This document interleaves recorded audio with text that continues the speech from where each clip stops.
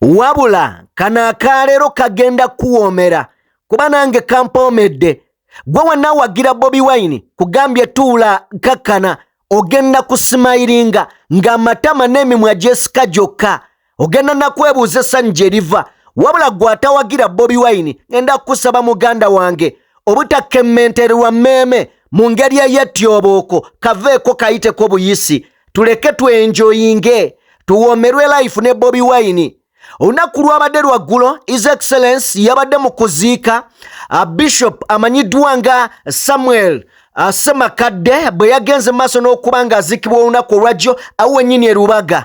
Mu ngeri y'emu bwe yamaliriza Bobi Wine yagenze ku dina eyabadde etegekeddwa mu kampeyini emanyiddwa nga Lubaga Hospital okubeera nga bagisondera biliyoni 2.2 okubeera nga egula ekyuma ki CT sikaani. Wano Bobi Wine we yalumiriza abayaaye ababadde bateze amaaso okulaba kiki kyagenda okugamba eggwanga ng'ova kwona okumuwagira oddewaani kujjako ng'olina ekizibu ku mutwe. Then Robert Kyagulanyi Ssentamu olunaku olwaleero butereevu akutte ekkubo n'ayolekera ku mukolo gwategekeddwa wali ku St Peters Parish Kawaala e Lubaga Division okubeera nga bawonalinga emirimu egya fooma Katikkiro amanyiddwa ng'Oweekitiibwa Dan Muliika emirimu gye yakolera obwakabaka bwa Buganda atuuse mu vibe ensi n'egwa eddalu. Ngenda beera nga byonna mbikutuusaako mu ngeri y'emu.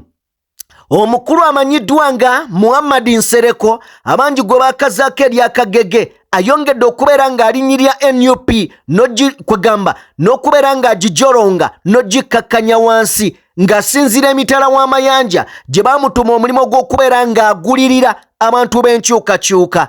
Wabula nga Europe Joel Ssennyonyi ayongedde okubeera ng'ali oluvimbo ayongedde okubeera ng'alumya abayaaye ayongedde okubeera ng'alaga nti yajjanga kiddo takyaddayo. Tugenda kubeera nga tutandikiraawo bingi byengenda okubeera nga nkutuusako nkugambye gwawagira Bobi Wine oba NUP wano oli ku masavu tuula kakkana ngenda kubeera nga nsabuukulula butereevu gwa tagiwagira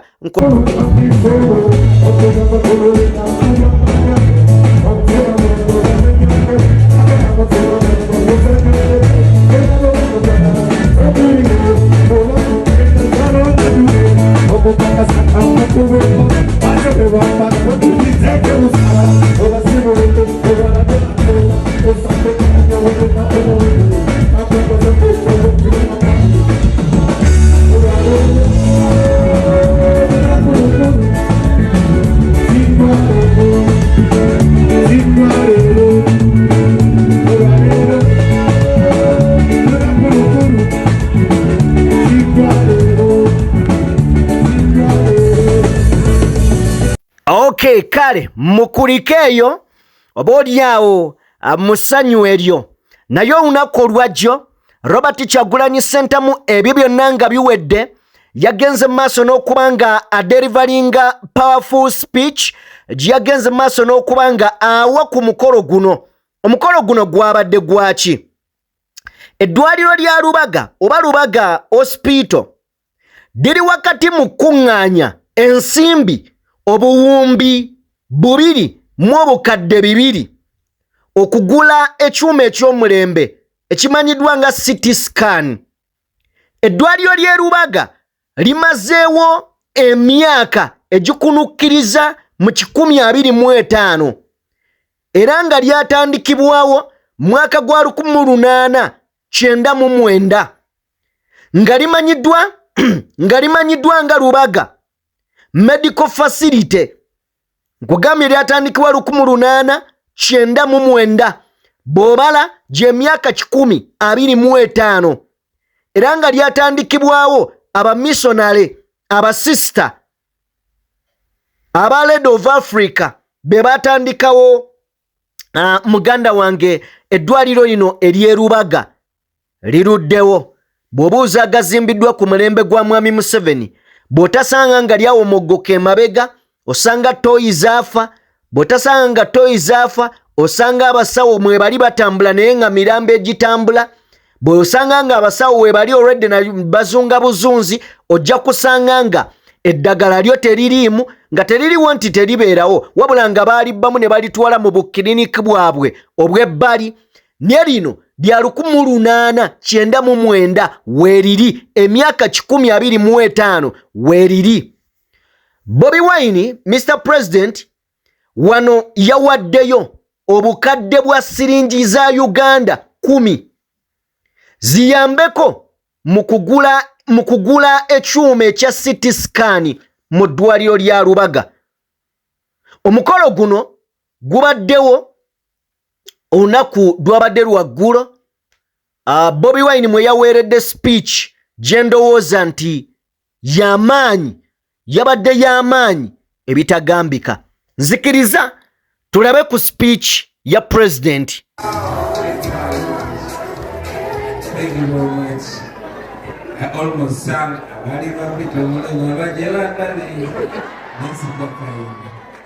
Thank you very much, Agesanyu.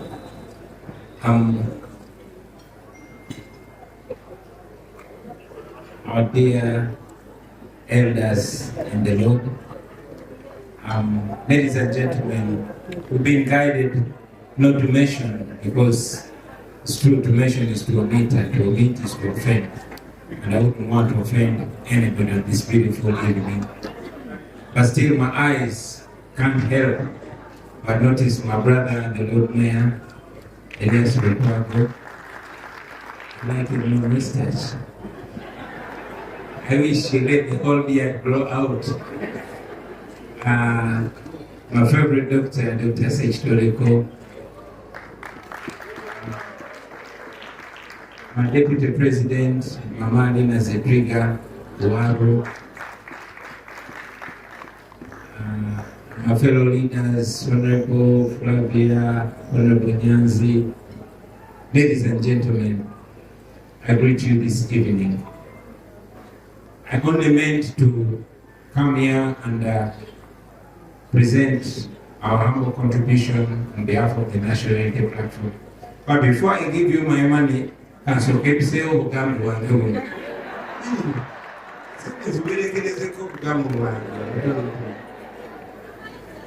has been said by Honorable Senyoni. I really wouldn't have so much useful to add. But of course, the health sector, looking at it, you cannot fail to make a comment or two. You all know how our health care system is in Uganda. But like Mama Zedrika likes to say, we've already gone past the book of Lamentations. Now we must proceed to the book of Acts. And so I won't lament, but I'll also mention that it's very, very, very important for us as citizens of this country, and for us as potential victims of a sick healthcare system, to do something. It is not political, it's only moral, it's only logical. Looking at how much we spend. I mean, I'm a musician, and I got so moved when the band, one of my favorite bands, is playing. But much as I'm a musician, I would definitely not spend 30 billion giving to musicians when a CT scan needs only 2 billion shillings. Those are what, 15 CT scans. And definitely, the doctor will do an invitation.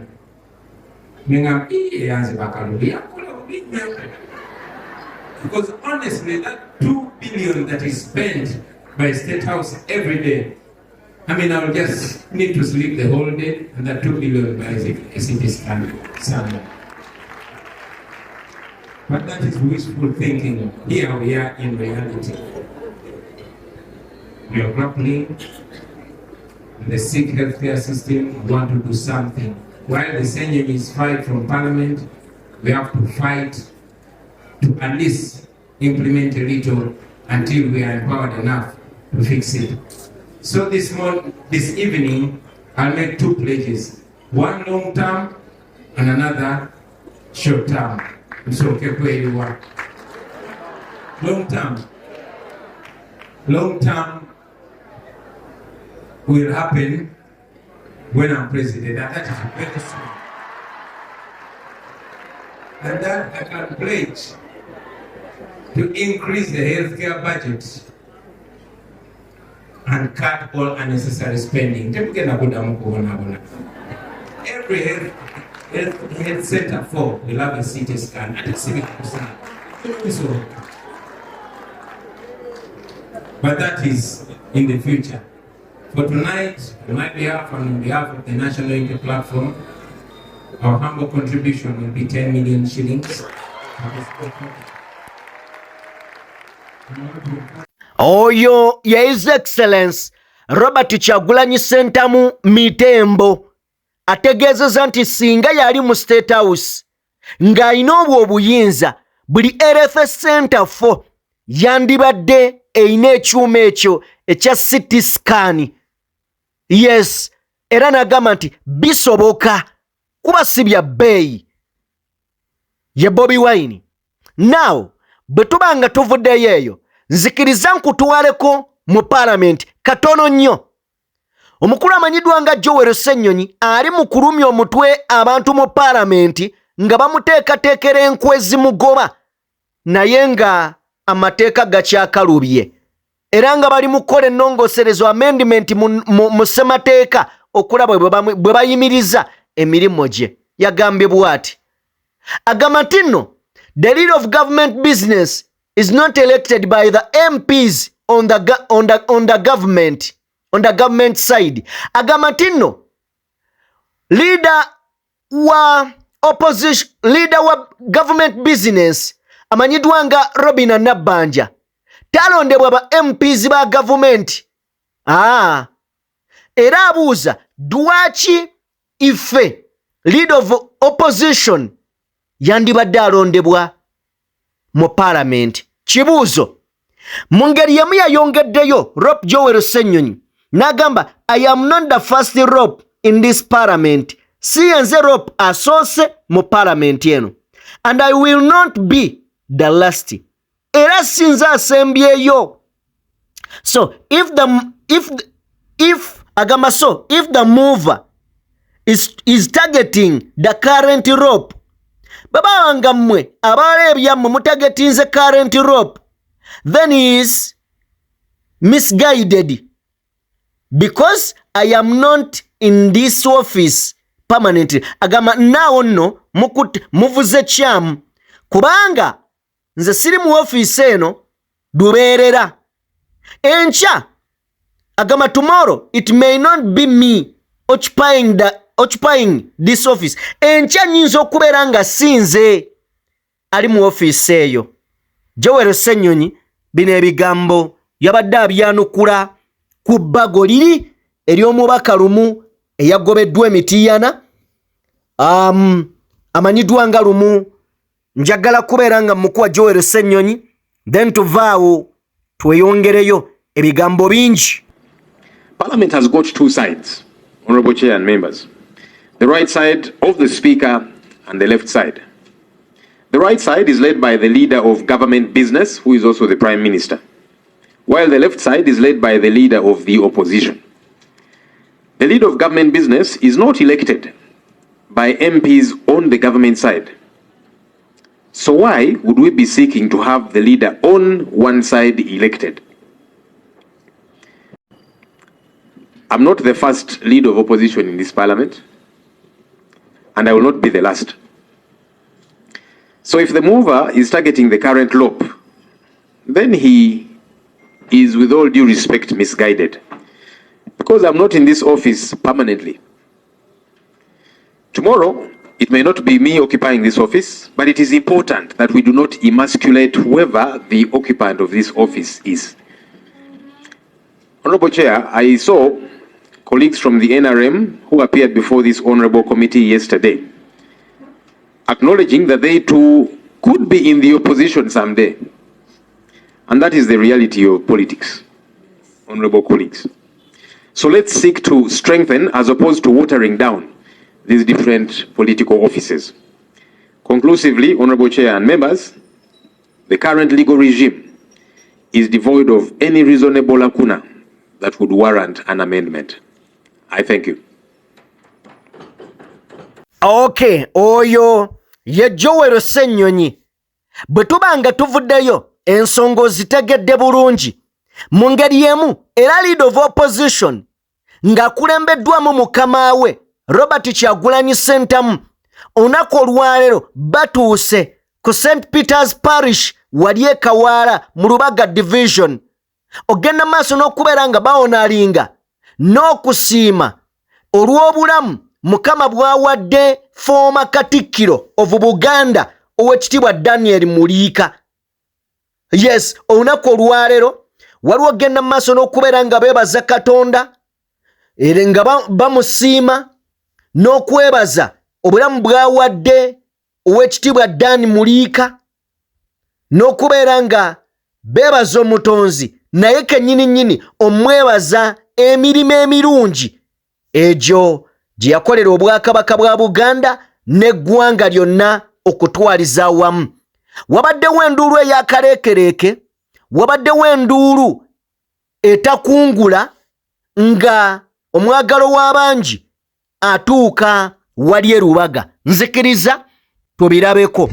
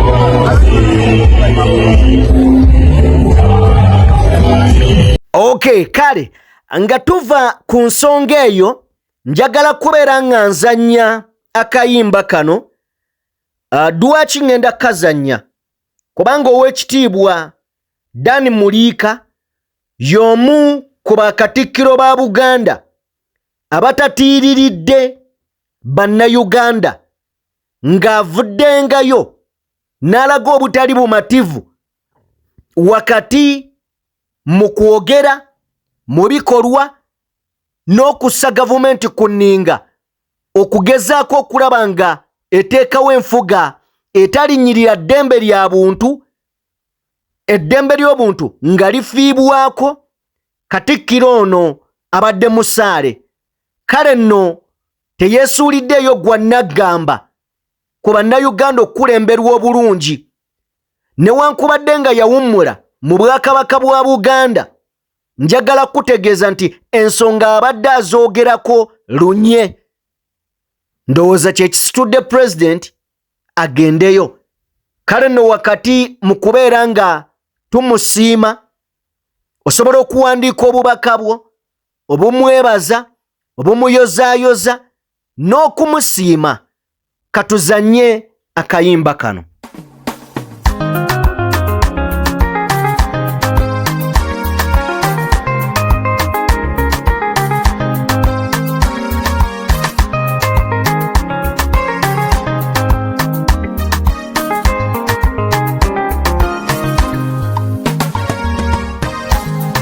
Abalugela balutuusa bali abaganda bawano kyofunda kono mulika nanunula omwana wa ssebo bategera batya baluyeya nti emyaka egirijja enkumu walibawo omusajja mulika ng'ebirungi by'enjolo bandiba bamanya nti alisibuuka kyagwe aliva mu kika ekyo namuŋŋoona ewajjajja kajja buwungwa Mungu toyanziza okutuwa omusajja mulika kubanga batungono olwawo okubasanga aweerezanya ensi ye omuntu mulamu nga mwesigwa kalalinga amazzi mu ddungu Owekitiibwa Katikkiro eyawummula munnange otambudde bulungi njagala n'omutandama ye munnange twasiima olw'okuwanga amaaso g'emogi bwe yanoonya omutindo yalaba mulika otulaze ekkubo etuufu mu bigambo ko ne mu bikolwa tukulabirako bwe tutyo bw'otyolimpa gye lisedduge Mungu toyanziza okutuwa omusajja mulika kubanga batungono olwawo okubasanga aweerezanya ensi ye omuntu mulamu nga mwesigwa kalalinga amazzi mu ddungu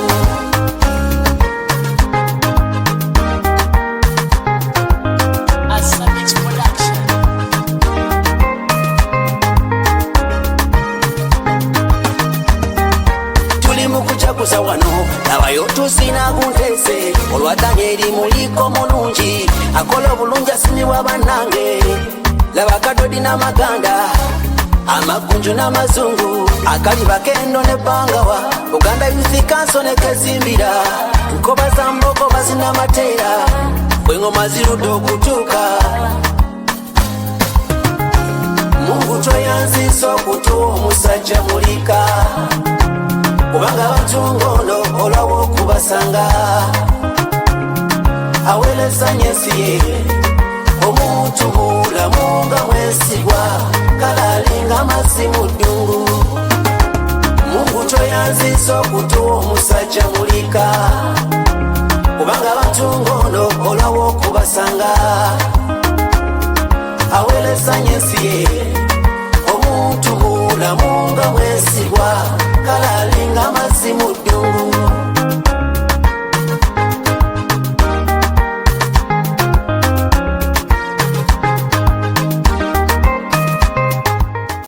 Okay.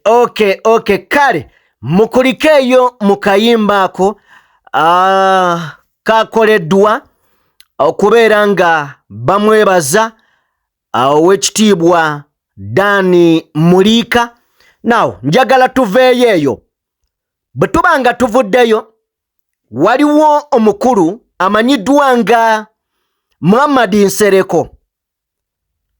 Nsereko ayina kye tuwandiise okukakkanya era ng'atulaga bamubuuzizza ku interview yabadde ya case n'agamba nti tasaasira mpuuga ne mu butamusaasira agamba musajja mugezi nnyo era yamulabula obuteegatta ku kibiina eky'abantu abatalina bigendererwa abatalina kiddako abantu abatalina kye bagamba ggwanga agamba NUP agamba nti empuuga musajja mugezi nnyo okubeera nga yeegatta ku kabinja k'abayaaye. Ebigambo bino byetaaga obiwulidde.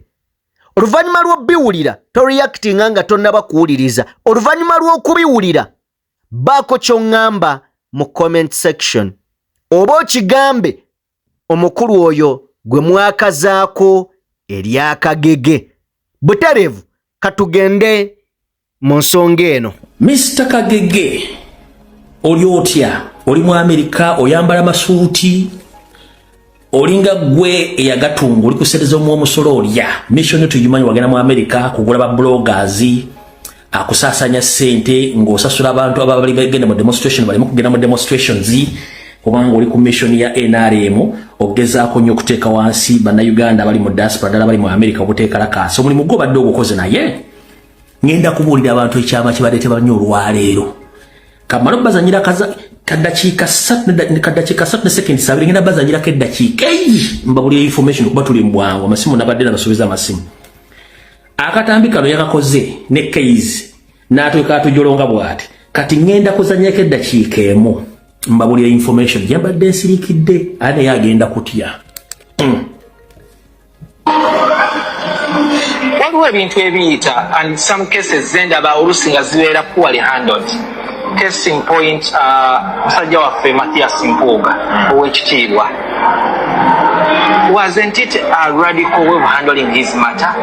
The end will justify the means. So gerera kibiina ky'abali abo Mpuuga nabagamba mugenzo okukola n'abantu abatalina respect, abatalina integrity, abatalina kibagoba. Tugende omanyi twekatte tujjeko nakyemalira fine naye mugoba agenda ki? They will destroy all your careers mwenna because you didn't have the balls to stand nga mmwe.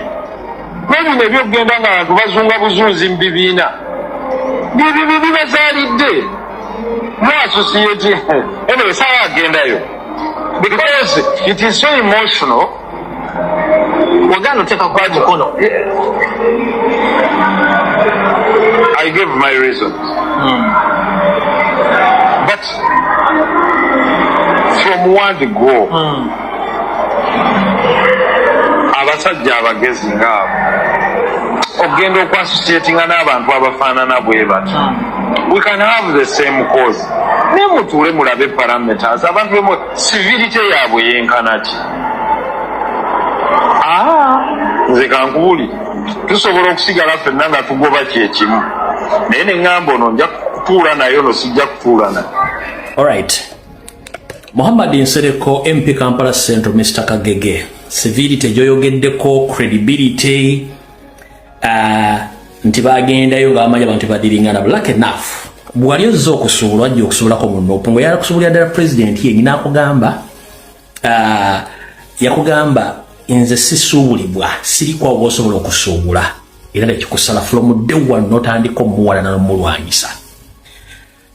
Lucky enough naffe twali tetukwetega kubanga wali kilumira mpiri 2 naye njagala ensi etegere mu bukole bw'okubeera kilumira mpiri 2 n'abawulira abantu ssente ze bwajjaga ku basajja ba Pakistani ekikozesa emirimu gya Museveni kati mu diaspora bweyagala okukendeeza people power ba bloggers n'aba demonstrating mu America ajoli wogaba ssente.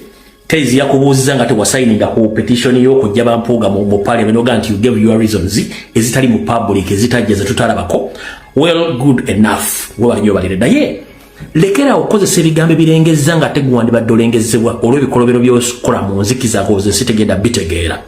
Ladies and gentlemen, omukulu oyo yali mu America essaawa zinali kusereza mu wamusolo. Ssente z'ebitundu 4 ziggweredde mu bitundu byakyama by'abakazi. Nkiddamu obulamu bwansereko bonna ssente z'ebitundu 4 ziggweredde mu middlefield z'abakazi. Yo obwongo bwa sentalinga mu middlefield z'abakazi. Bwalaba ku bbeere n'alaba ku kiwato n'ennyanshi ng'atandika okwekombaati nga ne windows zonna ziyiika n'amatunga gabangala bwe gati ng'atandika okusobereza awo ssente ze 80% we ziggwereddewo. Oyo omwami smart wire ate mufere bino ne bw'olintwala mu kooti information gyenkuwako yonna nginako obujulizi oli smart wire ate oli mufere. Obadde mujjukira bwe mbadde nzija nkola information ekwata ku Dr. Badru era Professor Badru Kateregga. Ebizibu byamutuusibwako mukazi we n'ayagala omutta abamu bakabira mu mawulire nga bivudde nze nabyogera dda kimbasingako ekyo information nagita dda Kyensinga empapula za Uganda, TV za Uganda, babloga simanyi baani kyembasinga konti mbasooka maaso. Empapula zagezo bifulumya simanyi TV radio nga nabasookayo dde myezi ng'emeka maaso zentudde butuuzi. Kati omukulu ono mubadde mukimanyi nti y'omu kubadde babojjerera muka Professor Badru Kateregga. Nsereko njagala nsemanye Muhammad Nsereko MP wa Kampala Central y'omu kubadde babojjerera mukyala wa Professor Badru Kateregga nga yamuwujja ekiwojjolo ali midfield ya mukyala wa Professor Kateregga oli Omunyarwanda yali agala mutta. Njagala munkootinge bulungi. Njagala munkoti omukyala yeetambuluka oluta Professor Badru Kateregga ne information mwagifunye bulungi nenga nabasookayo dda. Kati Nsereko y'omu ku babadde bazanyira midfield ya Professor Kateregga nga mwali Badru Kateregga nga mwali yasaba midfield. Mujjukira y'omu eyazanyira midfield ya mukazi w'omugenzi Nyikirima omugenzi yafa omukyala yanzira kuba ali mu diaspora kati yoyo omwami gy'emizannyo gye. Gwe ne banno baliwoleza bampuuga baga nti mu kusaba midfield eri amukwatira nsawo yamuviiramu n'okubesasi ku kisambi kati mu bwongo bwe bwasetalinga nnyo midfield. Bw'olaba akabina k'omukazi n'ebbere n'amaaso bwe gati ngoga Parliament njibanja mmekando za 3 okubira speaker omugambo so mu mpeya mu 5 ngomufunira visa ticket either otamutwala Kenya, Rwanda, Dubai ne mu America batuusa ibwe kyekizibu kyo. Kati bw'oyogera ku politics notandika okujja ng'oyogera mu bantu nga baza otegeera totegeera the moment kasitula ku mukazi sente zo zonna wezigoma. Kati njagala ensi etegeere nti gwo mukubadde bali mu midfield nga muzannya omupiira ng'obojjerera muka Professor Badru Kateregga. Kubanga omukazi abadde alina ssente ng'azijja mu university za professor zonna nkimanyi gwe obadde okulanga smart wire.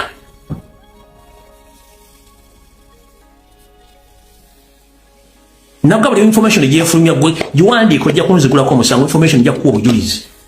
Nga gwe bonkolako malisi ngoza sitegeera nenze nenkuleka kuba this is politics. Ne gano genkuwa ge mazima gemba ge mazima. Gwe omu ku babadde Bejovana muka Professor Badru Kateregga ndoza notumuteka notuko omukyalo okufuna influence egamba ndoza nina abanene kakikole kigwe kubanga buli kimu kyonna kya Professor Kateregga yakikyuse byapa byonna ssente zonna buli kimu nga ne university zonna almost azirimu 80% nga muzanyisa ebintu ebyo. Kati mukulu gwe genda mpola information tugirina nenda ekitagala fulumya sawa zino genda mpola nawo ovuddewo.